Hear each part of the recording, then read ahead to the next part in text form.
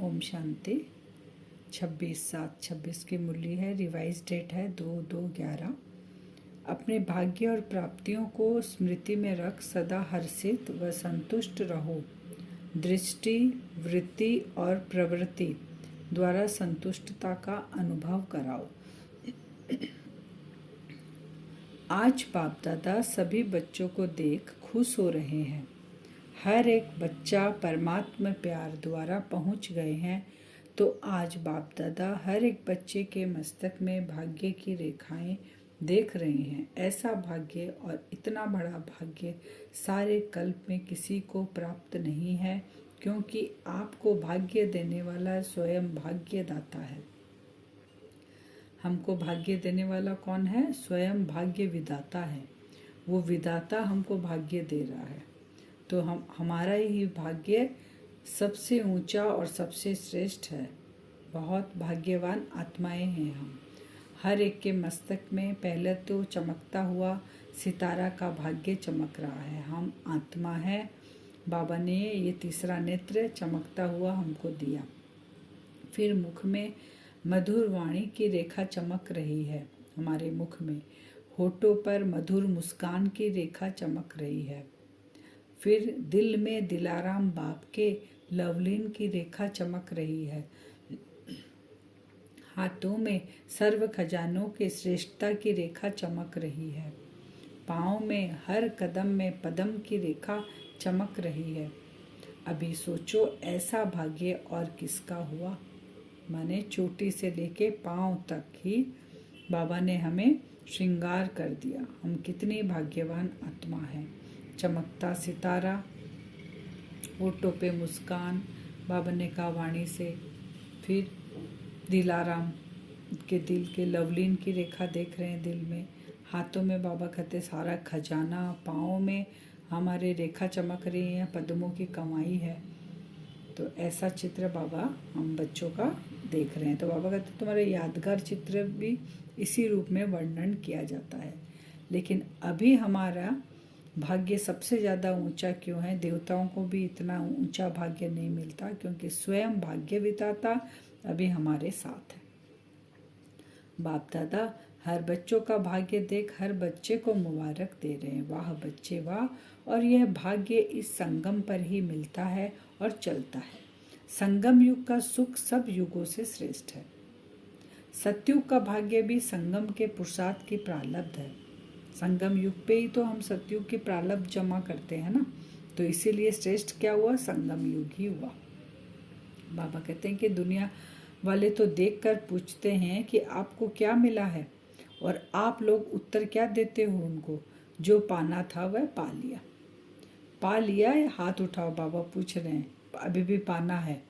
तो हम क्या बोलते हैं? जो भी दुनिया वाले हमको पूछते हैं आप इतने खुश कैसे हो, क्योंकि वो भाग्य का हमारे चेहरे चलन से उनको दिखाई देता है। तो हम क्या बोलते हैं कि पाना था सो पा लिया। तो बाबा कहते हैं कि ऐसे ही बोलते हो ना कि पाना था सो पा लिया, कि अभी पाना है। फलक से कहते हो। कोई अप्राप्त वस्तु ही नहीं है हमारे खजाने में। फकूर से, नशे से हम कहते हैं, क्योंकि हमारा भाग्य बनाने वाला स्वयं भगवान है। वो मेरा पिता है। तो पिता अगर विधाता है, भाग्य विधाता है, सृष्टि का रचयिता है, तो उसको क्या चीज़ की चिंता? और क्या अप्राप्त है उसके पास? सिर्फ बाप को जाना, माना, अपना बनाया तो भाग्य मिल गया, नशा चढ़ गया। पिता है तो पिता के हम बच्चे हैं। जब पिता रूप में माने और हम बच्चे हैं तो उनका सब कुछ हमारा हो गया। तो इस भाग्य को जितना स्मृति में लाते रहेंगे उतना हर्षित भी रहेंगे। भाग्यवान आत्मा का चेहरा सदा हर्षित रहता है।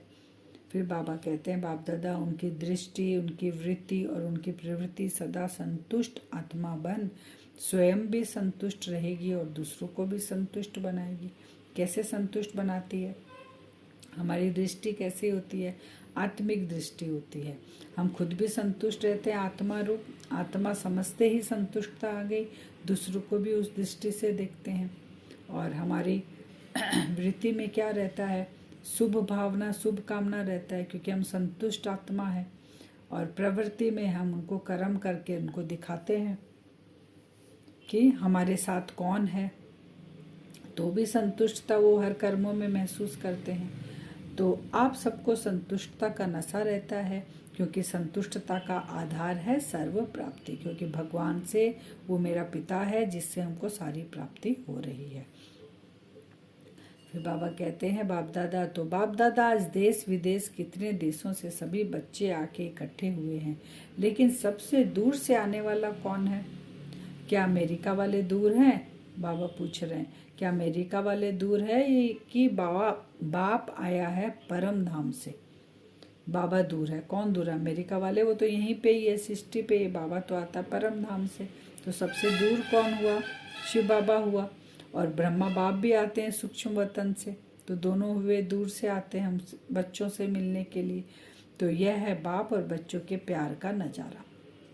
आपने कहा मेरा बाबा और बाप ने कहा मेरा बच्चा, सिर्फ एक को जानने से कितना वर्षा मिल गया। एक दूसरे को मेरा कहा तो मेरा जहाँ होता है, संबंध जहाँ होता है, वहाँ प्राप्ति होती है। इसीलिए अप्राप्त कोई वस्तु नहीं है हम ब्राह्मणों के खजाने में।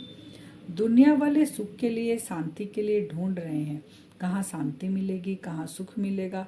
और आपकी जीवन ही सुख शांति संपन्न हो गई है ना, हमारी जीवन सुख शांति संपन्न। क्योंकि हमारे पिता के पास क्या है? सुख है, शांति है, तो वही हमें दे रहा है, भरपूर कर रहा है।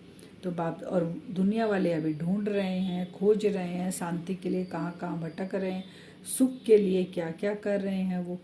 तो बाप दादा से पूछते हो ना कि बाप दादा क्या चाहते हैं? तो बाप दादा हर बच्चे से यही चाहते हैं कि हर एक बच्चा सदा स्वराज्य अधिकारी बन के रहे। बाबा की चाहना क्या है अपने बच्चों से? स्व पर राज्य करे, हर आत्मा कर्मेंद्रियों पर राज्य करे, मन का मालिक बने, मालिक बनकर वो अधिकार रखे अपने कर्मेंद्रियों पर। बाबा ऐसा चाहते हैं। तो बाबा सबके लिए मेरा शब्द बोलते हो, मैं नहीं बोलते हो, मेरा बोलते हो ना हर एक कर्मेंद्र के लिए। बाबा कहते हैं ना, क्या बोलते हैं? मेरा हाथ, मेरा पाँव। तो मालिक कौन हो गया? मैं आत्मा हो गई। तो ऐसा अधिकार, ऐसे स्वराज्य अधिकारी बनना है। तो मन बुद्धि संस्कार पर अपना अधिकार रखो। अब तो आत्माओं को मनसा द्वारा भी सेवा देने का समय है। बाबा कहते हैं पहले खुद को कंट्रोल करेंगे ना, संस्कारों को, मन बुद्धि को कंट्रोल करना जब सीख जाएंगे, तो बाबा कहते खुद जब करेंगे, उसका अनुभव करेंगे, तब दूसरे को मनसा सेवा दे सकते हैं और उनकी आवाज़ हमको सुनाई देगी। हम हैं पूर्वज आत्माएं, सबसे पहले हम ही आए थे ना, तो सबके पूर्वज हैं। तो जो दुखी अशांत आत्माएं चिल्ला रही है, उन पे हमको रहम करना है, पूर्वज बनकर उनको छुड़ाना है। आप बाप दादा कहते हैं कि इशारा दे रहे हैं कि आपदा जो आएगी ना, वो अचानक आनी है। इसके लिए हमको सेकंड में फुल स्टॉप लगाना है। कैसे फुल स्टॉप लगाएंगे? कोई भी पेपर आएगा अचानक आता है, बोल के तो आता नहीं है। तो वहाँ पे क्या सोच, अपने संकल्प रखेंगे हम कि मैं भी बिंदी, लगाना भी बिंदी है, सिर्फ अटेंशन देना है कि हमको क्या करना है। ऐसे नई परिस्थिति आई, कोई प्रॉब्लम आई अचानक और उसमें हम फंस गए, तो फिर हम वो भाग्यवान आत्मा नहीं है, भाग्य विधाता के बच्चे हम नहीं हैं जो हर पेपर में फंसते जाएं। इसलिए अपने आप को अटेंशन देना है कि हम कौन सी आत्मा है, पूर्वज आत्मा है, संतुष्ट आत्मा है, भाग्य विधाता के बच्चे हैं। तो तुरंत हमको बिंदी लगाना है, और लगाना भी बिंदी है और मैं भी बिंदी हूँ, दोनों चीज़ ध्यान रखना है। तो बाप दादा विशेष बच्चे को सौगात देते हैं, बच्चे मैं आपके सदा साथ हूँ। बाबा कहाँ और बच्चों के लिए बाप सदा हाजिर है। स्वयं भगवान परमात्मा ईश्वर जो मेरा पिता है, वो कह रहा है कि मैं सदा बच्चों के साथ हूँ। लेकिन हम उनको याद तो करें, बुलाए तो सही कि बाबा आ जाओ। बाबा क्या करें? हर घड़ी घड़ी उनसे राय ले। तो बाबा कहते मैं हाजिर हजूर हूँ, जो कहा गया हजूर हाजिर है। सर्वव्यापी नहीं है, लेकिन बच्चों के आगे हजूर हाजिर है। बाबा कहते मैं कण कण में सब जगह नहीं हूँ, लेकिन मेरे बच्चे जब मुझे बुलाते हैं तो मैं आकर उनके अंदर वो पावर, मदद देता हूँ, शक्ति भरता हूँ, हाजिर हो जाता हूँ। जहाँ भगवान है वहाँ विजय है ही। जब भगवान का साथ है, सदा बाबा मेरे साथ है, तो विजय किसकी होगी? हमारी ही होगी। हिम्मत आपकी है तो मदद बाप की है ही। हिम्मत का एक कदम अगर हम बढ़ाएंगे, मेरा बाबा को बुलाएंगे, तो बाबा 1000 कदमों से हमारी मदद करता है। अभी बाप दादा यही चाहते हैं कि हर एक बच्चा हर कर्म में अपने स्वराज्य की सीट पर स्थित रहे। बाबा एक ही चीज़ चाहते हैं कि हम अपनी सीट पर सेट रहें। आज पहले बारी बाबा पूछ रहे कौन आए, वह हाथ उठाओ, खड़े हो जाओ। बहुत है, अच्छा जैसे पहली बारी आए हो वैसे पहला नंबर जाना है। बाबा ने उन बच्चों को क्या कहा जो पहली बारी आए, कि जैसे अभी पहली आए हो ना, ऐसा मत सोचो कि हम बहुत लेट आए, अब तुमको पहली नंबर में जाना है, क्योंकि अभी टू लेट का बोर्ड नहीं लगा है। बाबा का वरदान है कि जो हिम्मत रखेगा उसको बाप की मदद मिलनी ही है, तो आगे जा सकते हैं। जितनी सेवा करेंगे उतनी दुआएं मिलेगी और वह दुआएं आपको आगे बढ़ाती रहेगी। संदेश देते जाओ, बाकी हर एक की तकदीर, लेकिन आप संदेश दे दो, पुण्य अपना जमा करते रहो, तो पुण्य आपको आगे बढ़ाता रहेगा। पुण्य का काम क्या है? जो दुखी अशांत आत्माएं अभी भी भटक रही है, हम पूर्वजों का फर्ज है उन आत्माओं को संदेश देना अपने पिता का, कि हमारा पिता अभी आ चुका है।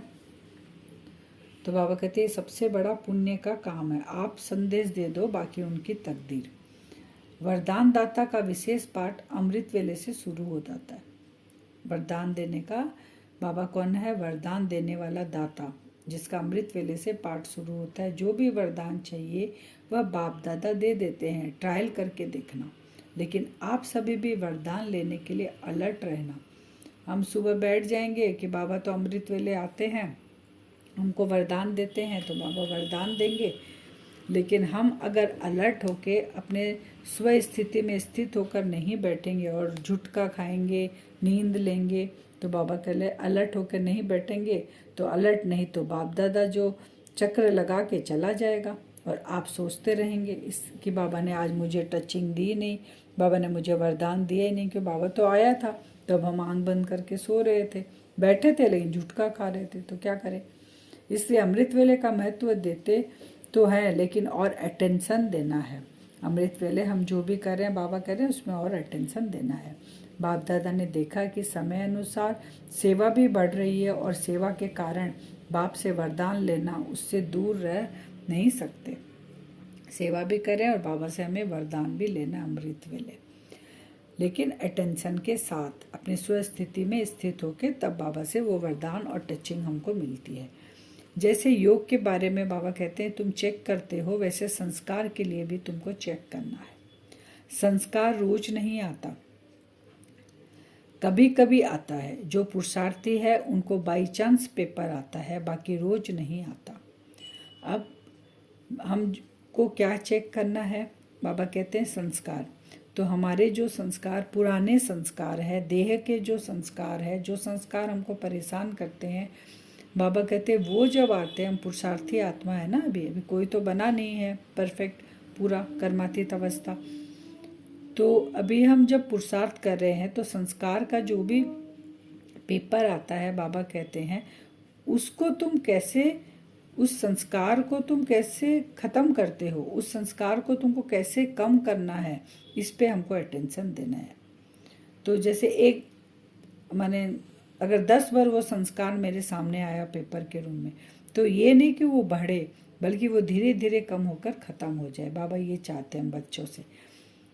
तो जो पुरुषार्थी है उनका बाबा कहते हैं बाई चांस पेपर आता है, बाकी रोज नहीं आता, लेकिन चेकिंग रोज होगी तो यह भी टेंशन को ख़त्म करता जाएगा। क्योंकि बाप दादा ने देखा है फॉरेन वालों में से कोई बच्चे कोई कार्य शुरू करते हैं तो अटेंशन देते हैं, तो अटेंशन देने वाले ही मुक्ति प्राप्त कर सकते हैं। बाबा का भी वरदान है, समझा। अभी इसके पीछे लग जाएंगे ना, रोज रिजल्ट की चेकिंग करेंगे ना, तो संस्कार स्वयं ही ढीला हो जाएगा। जो चार्ट लिखते हैं ना बाबा को, तो उसमें हमको चेकिंग करनी है ना, रोज चेकिंग करेंगे तो अटेंशन रखेंगे तो उस संस्कार को हम ख़त्म करेंगे ना जल्दी। अगर हम अलबेले बने रहेंगे, वो संस्कार हो जाए तो वो तो बड़ा रूप ले लेगा। तो हमको अटेंशन भी रखना है, चेकिंग भी करनी है और ढीला भी नहीं होना है। और जो बाप दादा चाहता है कि संस्कार के सब्जेक्ट में नंबर 1 जाओ, तो संस्कार चाहते हो वही कार्य में लगे, हो जाएगा। अटेंशन में आया है ना तो हो जाएगा। लेकिन ऐसे नहीं हो जाएगा, अटेंशन देना पड़ेगा। ऐसे नहीं कि हाँ हो जाएगा, उसमें हमको खुद को अटेंशन देना है। संगठन में ये संस्कार निकलते हैं। क्यों? आपके चित्रों में जो पूजा करते हैं वह आपके संस्कार कितने अच्छे गाते हैं, तो बने हैं तभी तो वर्णन करते हैं, क्योंकि अभी हमारे पुराने संस्कार आ जाते हैं। तो बाबा कहते हैं लेकिन तुम देवकुल के आत्मा बने हो, देवी देवता कुल के संस्कार तुम्हारे अंदर आए, तभी तो आज जड़ चित्रों में तुम्हारी उतने गायन पूजन होता है। तो वो अटेंशन देना है कि हमारे ये जो संस्कार आ रहे हैं बार बार, ये कौन से हैं? ये सत्युगी वाले आत्मा के देवीय गुण वाले संस्कार है कि पुराने संस्कार है? उसमें हमको चेकिंग करना है, अटेंशन दे के उसको ख़त्म करना है। अपना देवताई चित्र इमर्ज करो करो, क्या गाते हैं ऐसे देवता तो बनना ही है हमको। तो और निमित्त वालों को बाप दादा की विशेष मदद भी मिलती है। बाकी बाबा खुश है कि सेंटर्स वृद्धि को प्राप्त होते रहते हैं। पुरुषार्थ की तरफ अटेंशन है, लेकिन अभी परिवर्तन के निमित्त बनने वाले बनो तो आपको देख औरों को भी परिवर्तन शक्ति का उमंग आएगा। तो संस्कार को जब हम परिवर्तन करेंगे, बाबा कहते हैं संस्कार को हम खत्म करेंगे, पुराने को देवीय संस्कार को धारण करेंगे, तो ये जो परिवर्तन जो हम कर रहे हैं ना, बाबा कहते हैं अटेंशन देंगे परिवर्तन का, तो निमित्त बनने वाले जो, तो आपको देखकर औरों को भी परिवर्तन का उमंग उत्साह आएगा। हम निमित्त आत्माएं हैं, जब हम ये परिवर्तन करेंगे अपने आप को, तो ये दूसरों को भी उमंग उत्साह दिलाएगा कि ये कर सकते तो हम क्यों नहीं कर सकते हैं। बाकी बाप दादा खुश है कि पुरुषार्थ में नंबरवार तो होते ही हैं, वह तो अंडरस्टूड है, लेकिन पुरुषार्थ की तरफ अटेंशन है और बढ़ाना है। बाकी बाप दादा की रोज़ याद प्यार तो मिलती है, लेकिन पुरुषार्थ पे अटेंशन रखकर हमको दिनों दिन पुरुषार्थ को बढ़ाना है। बाप दादा की याद प्यार एक दिन भी मिस नहीं होती है ना, रोज़ बाबा याद प्यार हमको देते हैं ना। तो अगर रोज़ विधि पूर्वक मुरली पढ़ते हैं तो एक दिन भी याद प्यार मिस नहीं करते, लेकिन जो मुरली मिस करते हैं उनको उस दिन याद प्यार नहीं मिलती। तो बाप दादा बार बार कहते हैं कि मुरली मिस एकदम हमें नहीं करना है, क्योंकि मुरली में बाप दादा हमको श्रीमत देते हैं, वरदान देते हैं, याद प्यार देते हैं। मुरली तो पढ़ भी लेंगे, लेकिन जो समय फिक्स है बाप दादा की याद प्यार लेने का, वह तो मिस हुआ ना। ऐसा नहीं घर में बैठ के जब मन तब मुरली पढ़ लिए, लेकिन बाप दादा तो उस समय फिक्स आते हैं ना, संगठन में बैठ के जब मुरली सुनते, तो वो मिस हो गया ना वो समय हमारा। तो उमंग है, इस बाप दादा खुश भी है। अच्छा, मुरली मिस करने वाले हैं कोई है? बाबा पूछ रहे हैं बच्चों को, कोई है मुरली मिस करने वाले? तो एक दो ने हाथ उठाया, तो बाबा ने कहा नहीं, मुरली कभी भी मिस मत करना। चाहे फ़ोन द्वारा सुनो, पढ़ नहीं सकते हैं तो कैसे भी सुनो, ज़रूर सुनो, क्योंकि हाजिरी ज़रूर लगाना है। तुम, ये हमारी पढ़ाई है, इसको बाबा कहते हैं पक्का पक्का नोट करो, मुरली मिस कभी नहीं करनी है, क्योंकि बाप रोज़ परम धाम से आता है हमको मुरली पढ़ाने के लिए इतनी दूर से, तो कितना रिगार्ड रखना चाहिए हमको। अभी जो मधुबन में आते हैं, बाबा कहते हैं तो जैसे फॉर्म भरते हैं ना, उसमें यह भी लिखाओ कि मुरली रोज़ सुनी या कितने दिन मिस किया, मंजूर है? जिसको मंजूर है वह हाथ उठाओ। मधुबन वाले भी हाथ उठाओ। बाबा कहते हैं कि जो फॉर्म भरवाते हैं ना, तो उसमें भी उनको लिखाना है कि मुरली मिस कभी नहीं करना है। ब्राह्मण माना मुरली सुनने वाला, सेवा करने वाला। बाबा ने आज टाइटल दिया, ब्राह्मण कौन है? जो मुरली सुनते हैं और सेवा करते हैं। तो अभी सभी तरफ के बच्चों को बाप दादा याद प्यार के साथ मुबारक भी दे रहे हैं।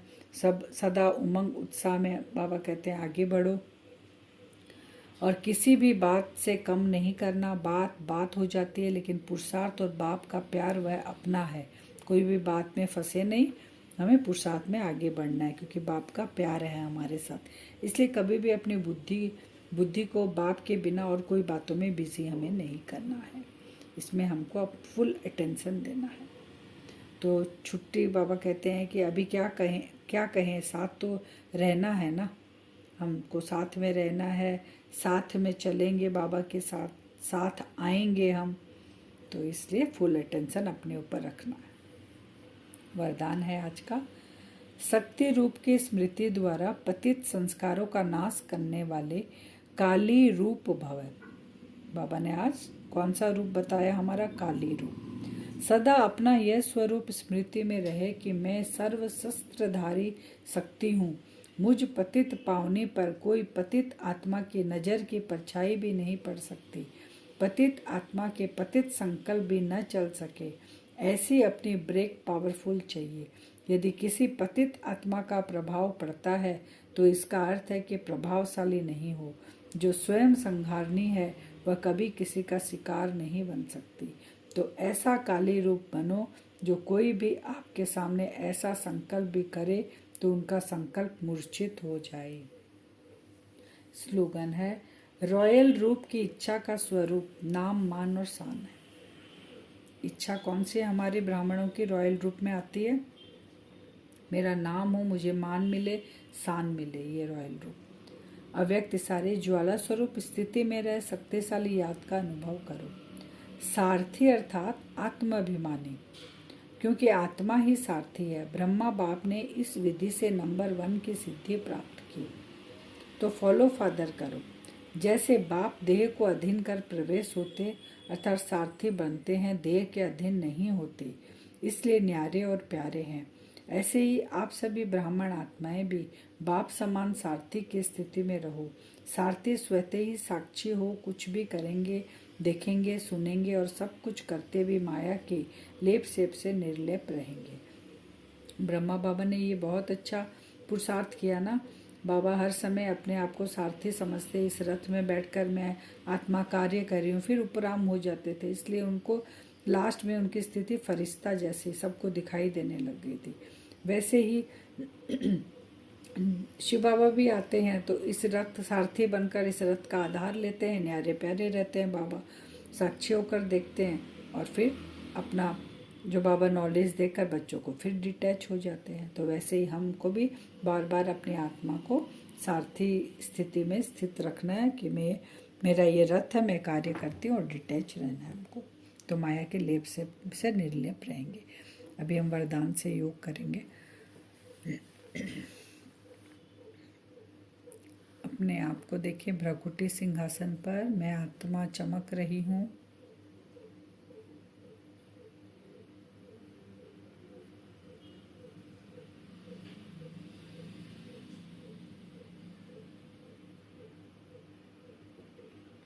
अपना रूप देखें, बिंदु स्वरूप में आत्मा अपने सूक्ष्म शरीर के साथ चलें अपनी यात्रा पर। बिंदु स्वरूप में आत्मा इस सूक्ष्म शरीर में स्थित हूँ, उड़ चलें और ग्लोब पर जाकर स्थित होते हैं। ग्लोब पर जाके खड़े हो जाएं। मैं आत्मा अपने सूक्ष्म शरीर के साथ ग्लोब पर जाकर खड़ी हो जाती हूँ। बाबा से 7 रंग की किरणें निकलकर मुझ आत्मा के अंदर जा रही है। विजुअलाइज करें, 7 रंग की किरणें को भी विजुअलाइज करें। ये एक एक किरणें एक एक गुण और शक्तियों का सिंबॉलिक है जो बाबा मुझ आत्मा के अंदर भर रहे हैं। मैं फरिश्ता ग्लोब के ऊपर खड़ा हूँ।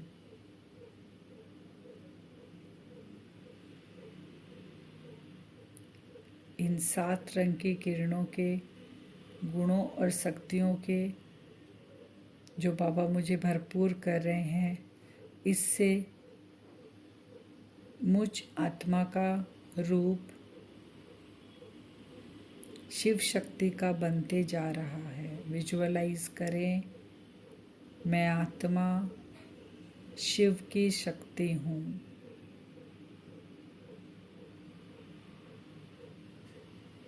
अपना रूप देखें, काली का रूप विजुअलाइज करते रहें। वो 7 रंग की किरणें जो फरिश्ताई स्वरूप है वो भी 7 रंग का दिखाई दे रहा है।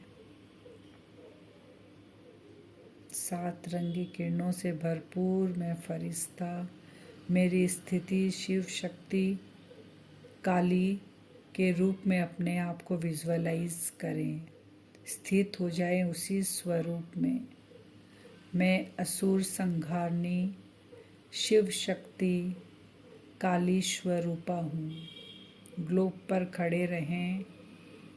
बाबा से कंटिन्यू 7 रंग की किरणें प्रवेश कर रही है।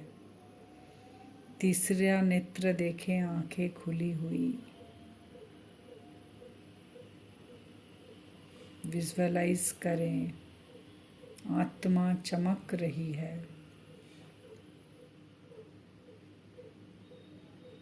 आंखें रंग बिरंगी 7 रंग से भरी हुई सूक्ष्म आंखें। ये 7 रंग की किरणें निकल रही है, पूरे ग्लोब में फैल रही है।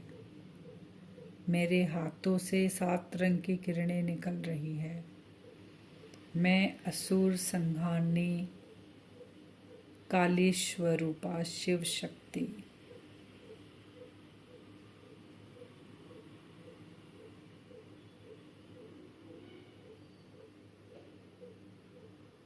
जिस भी आत्मा के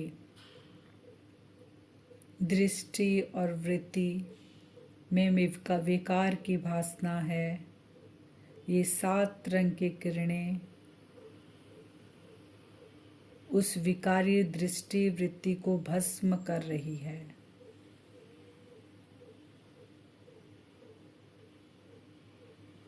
वो आत्मा भी डर रही है कि इतना पावरफुल स्वरूप उनकी दृष्टि वृत्ति भी परिवर्तन हो रही है। वो आत्माएं भी पवित्रता धारण कर रही हैं। धीरे धीरे देखें, ग्लोब में चारों ओर फैलकर हर आत्मा के पास ये सतरंगी किरणें, पावरफुल किरणें पहुंच रही हैं।